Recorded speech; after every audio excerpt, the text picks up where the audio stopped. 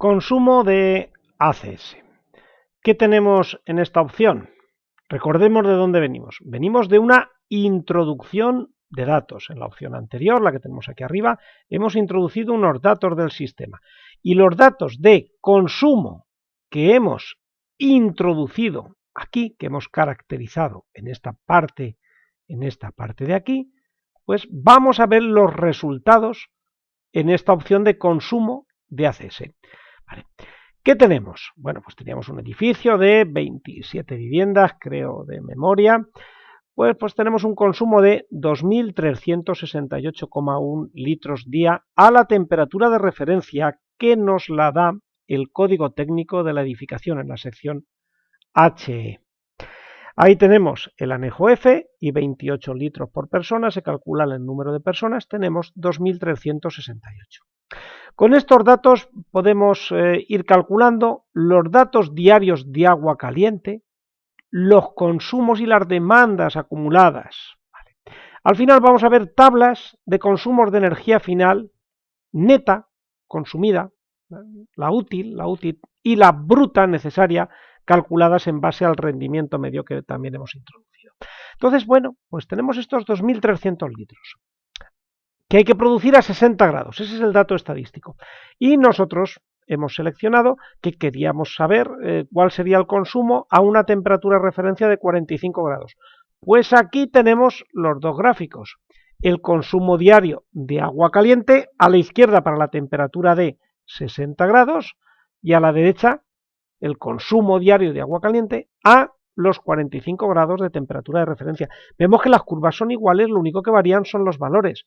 Claro, o calentamos más agua que luego habrá que enfriar, atemperar con el agua fría, calentamos, menos agua a más grados o más litros, dijéramos, a menos grados. Entonces vamos a ver energéticamente el mismo comportamiento, el mismo gráfico de consumo a la temperatura de referencia habitual o a cualquier otra. El gráfico tiene la misma forma, varía el valor, más litros a menos temperatura, menos litros a más temperatura para mezclarlo con agua fría.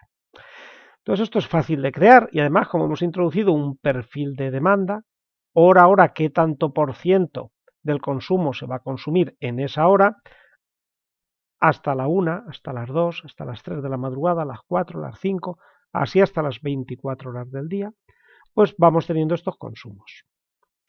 Podemos hacerlo acumulativo, como luego haremos utilizando la metodología de la norma UNE 12.831, parte 3, ¿vale? Bien, pues a primeras horas de la mañana vamos gastando poca agua y a lo largo del día, pues aquí tenemos una pendiente mayor porque en estas horas, entre las 6 y las 9 de la mañana, pues se va consumiendo más, ¿vale? Y luego se va manteniendo aquí una recta, ¿vale? Hasta el final del día, cuya pendiente pues desciende un poquito. La recta acumulativa a 60 grados y a la temperatura de referencia. Entonces, pues cálculos sencillitos, cálculos sencillos. ¿Y qué tenemos un poquito más abajo? Pues la energía útil necesaria para atender esa demanda, para ese consumo de agua caliente, de el equipo principal, que en este caso es la bomba de calor, y la energía útil auxiliar, que en nuestro ejemplo es una resistencia de apoyo. De momento no estamos viendo si esto es idóneo o no, y lo veremos un poquito más adelante, y igual en otras opciones, igual tenemos que cambiar algún dato. Bueno, pues aquí tenemos la caracterización de demanda, útil, auxiliar, total. Este es el consumo de agua caliente durante el mes de enero, multiplicado por el salto térmico hasta la temperatura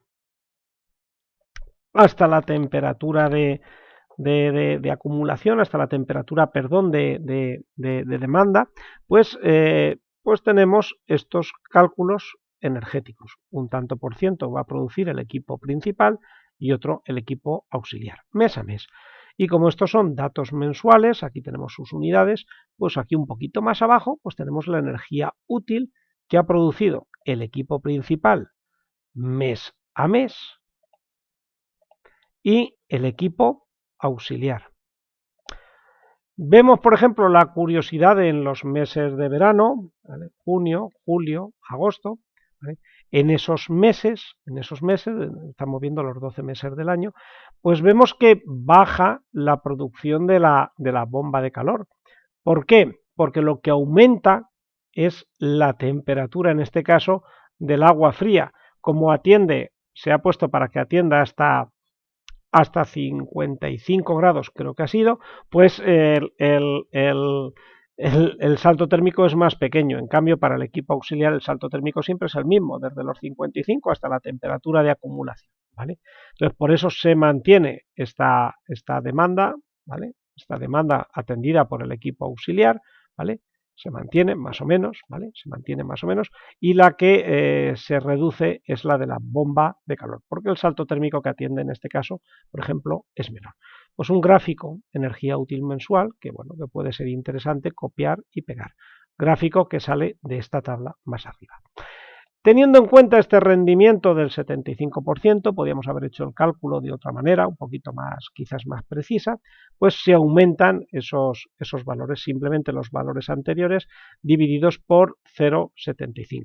Y podríamos obtener otra curva de la energía útil bruta que hay que depositar en el intercambiador para atender este consumo, esta demanda energética del agua caliente.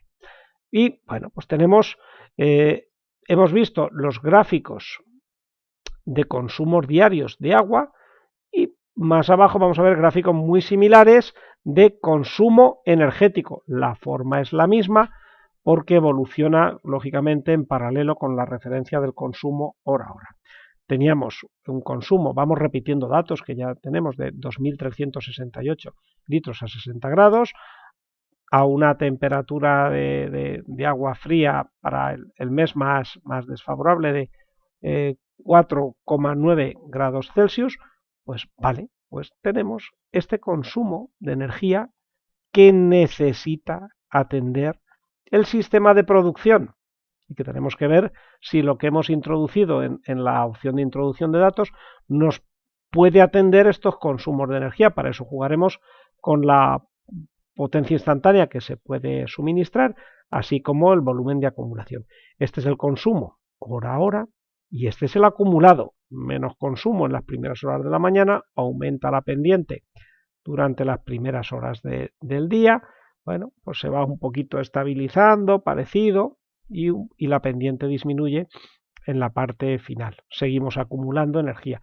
Entonces, esta es la curva de consumo de energía acumulada.